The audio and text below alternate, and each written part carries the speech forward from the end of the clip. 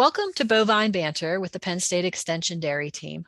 My name is Ginger Fenton, and I'm an educator based in Mercer County, Pennsylvania. Today, I will be talking with Abbie Spackman about the AgrAbility program and the resources available to assist farmers. Also joining us today is Wayn Klock, a dairy producer who's familiar with AgrAbility. Thank you for being with us today, Abbie and Wayn. Abbie, could you please introduce yourself and tell us a little bit about the AgrAbility program and who can access that program? Yes, thank you again, Ginger, for inviting us to share about AgrAbility. I'm excited to share with everyone about our program. I am the case coordinator for AgrAbility for Pennsylvanians, and I've been with AgrAbility Project for about 8 years.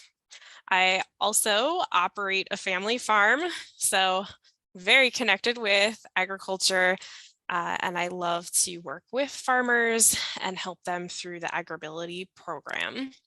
So AgrAbility is a statewide partnership between Penn State Extension and UCP of Central PA, and we're funded through the USDA.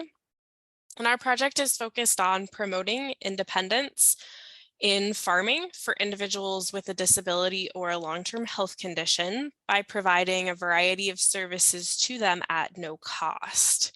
So the program is for anyone who has a disability or a long-term health condition and works in agriculture. Our eligibility is determined through an initial interview. That's our basic eligibility. As a follow-up question, Abbie, are there AgrAbility programs in other states?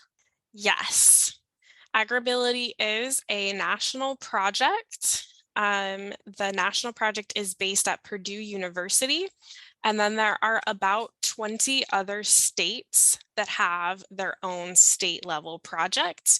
And information about where those state projects are can be found online at the National AgrAbility website. Thank you. I appreciate that information for our listeners who might not be in Pennsylvania. Can you walk us through what happens when a producer reaches out to your office? Yes. So when someone reaches out to our program, they're most likely going to be talking to myself. We are a small staff, so they'll most likely be talking with me on the phone. We can also do other forms of communication based on an individual's needs. And we would conduct a short interview to determine their eligibility and to explain how our project operates. We then work with the individual to create a customized plan for services, and that's really going to depend on their type of farm operation and their disability. And one of the services that we offer is a farm assessment. I currently provide those farm assessments across the state. And in that case, I would come and meet with the individual at their farm. It's really informal. We're there to help you and offer recommendations.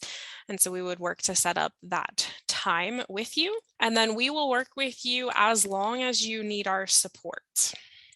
In your experience, what injuries or conditions are encountered more frequently by dairy producers?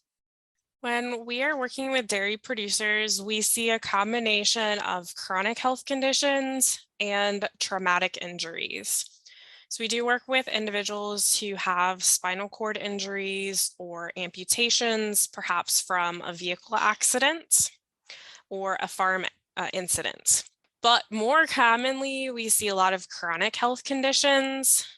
This can be overuse injuries from years of working on the farm. So we see a lot of back injuries and joint impairments.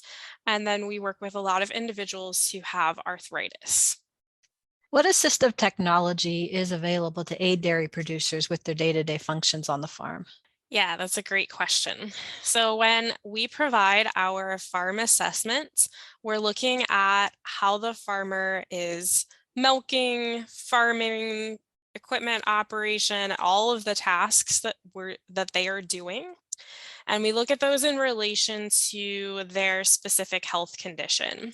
And we look at making recommendations that are going to help them continue working, but again, based on their disability or health condition.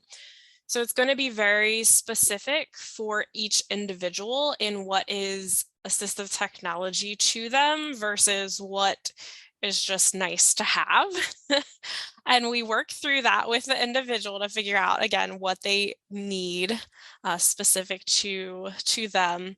But some of the common recommendations we make might be a track system and a tie stall barn to carry the units, automatic detachers, parlor matting, crowd gates, milk carts, and motorized wagons are some of the most common.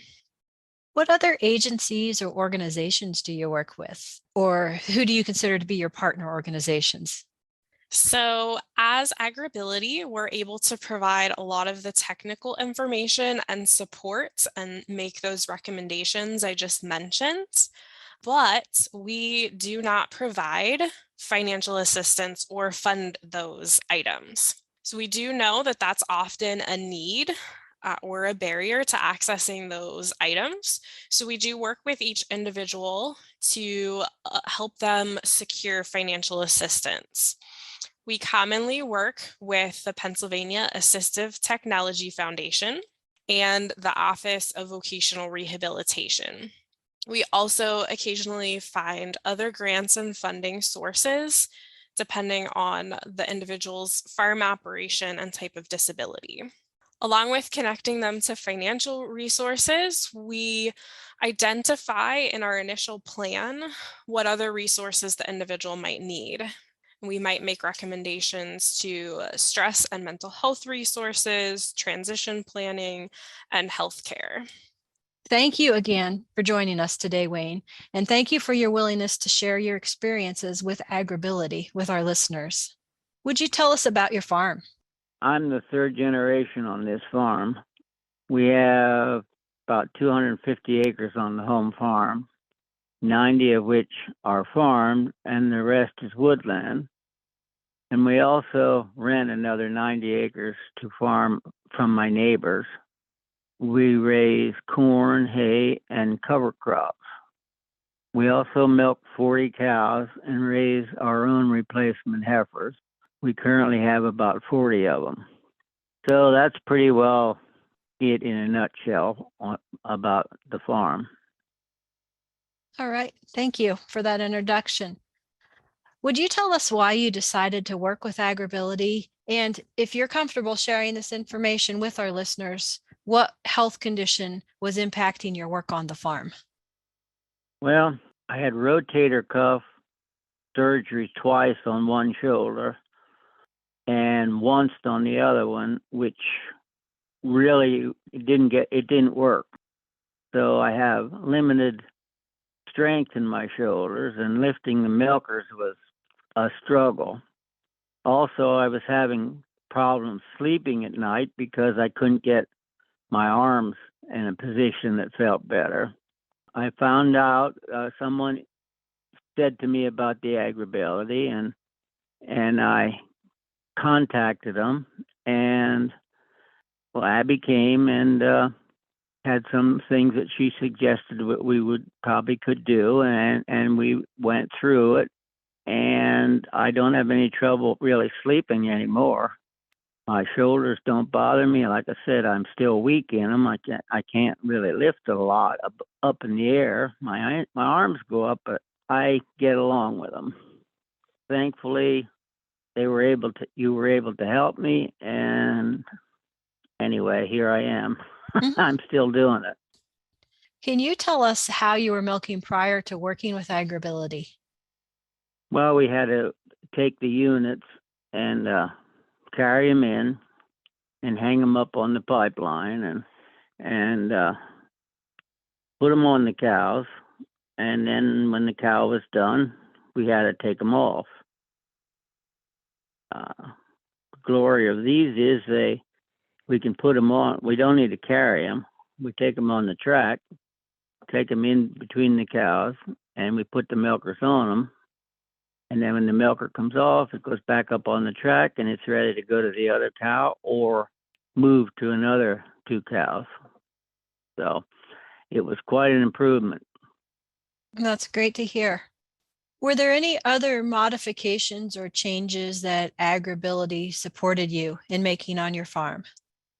Yeah, there were several of them. They put handicap steps on my tractors so that we had handholds so we could get on and that I could get on and off without I could get on and off safely. They also put speed hitches on my tractors on my forage wagons that I didn't have to get off to hook and unhook them. And when we were chopping corn silage or chopping haylage, that makes a world of difference at the end of the day if you haven't had to get on and off your tractor. That was great. That was a great help. The other thing that they did, they put an electric fuel pump in for our farm tank. The one tractor holds like 70 gallons of fuel, and if you pump that by hand, well, your arm was ready to fall off, or wished it would have. So that was a big help also. There was great help, yes. And it really made a difference. And if anybody is questioning whether it helps or whether it's worth it, you have to believe me, it is. It makes a world of difference. Are there other people that work on your farm, and did these modifications impact them in any way? Oh yeah, I have a handicapped son, and he moves the milkers for me from one cow to the other, which it makes him feel very important, makes him feel like he's part of it. And my wife is able to move the milkers. She doesn't put them on the cows, but she can move them from one cow to the next. And then I have a neighbor girl that helps me some, and it goes much better for her also. Well, it just makes it easier. Makes it easier, and actually, as strange as it sounds, it makes it more fun that you're not having discomforts while you're working. If a farmer is listening who has a disability or a health condition, what advice would you give them? And would you encourage them to contact AgrAbility? Absolutely, I would. There isn't a reason in the world not to, because it's there for your benefit to make your life easier. And yes, I would highly recommend it. No real reason not to. It's a great program, and it done so much for me. I just think anybody that's having a handicap or having some difficulties, it certainly is worth looking into it. Well, I would just recommend it. I didn't know what it was at first neither, but I'm glad I had the opportunity to find out. For sure. We appreciate you sharing your story and helping to increase awareness for other producers out there. If our listeners wanted to find out more about the AgrAbility program, how would you suggest they do that? There are several ways to find out more about our program. You can go online to agrabilitypa.org and visit our website. You can also contact our office through phone or email, and you can also mail us, and we'll make sure that you get all of that information. Sure, I'd like to put a plug in as well. Even reach out to your county extension offices because they know how to reach the AgrAbility office. Yes, that's a great point. So Abbie, as we wrap up, do you have any takeaway messages for our listeners? If you or someone on the farm is struggling to get a task done due to pain or injury, and you're not sure if they would benefit from AgrAbility or not, I would really encourage you to just go ahead and contact us, and we can explain for each individual how we might be able to help them out. And it can really make a huge difference for everyone on the farm, and it can really help you get back to enjoying your farming tasks, which is so important. Thank you very much, Abbie and Wayn, for taking the time to talk with us today. And thank you to all our listeners. Don't forget to tune in to our next episode of Bovine Banter, when Extension Educator Rainey Roseman will be discussing the safety aspects of bedding for your cows. If you have any questions about today's episode, please email me at gdc3 at psu.edu.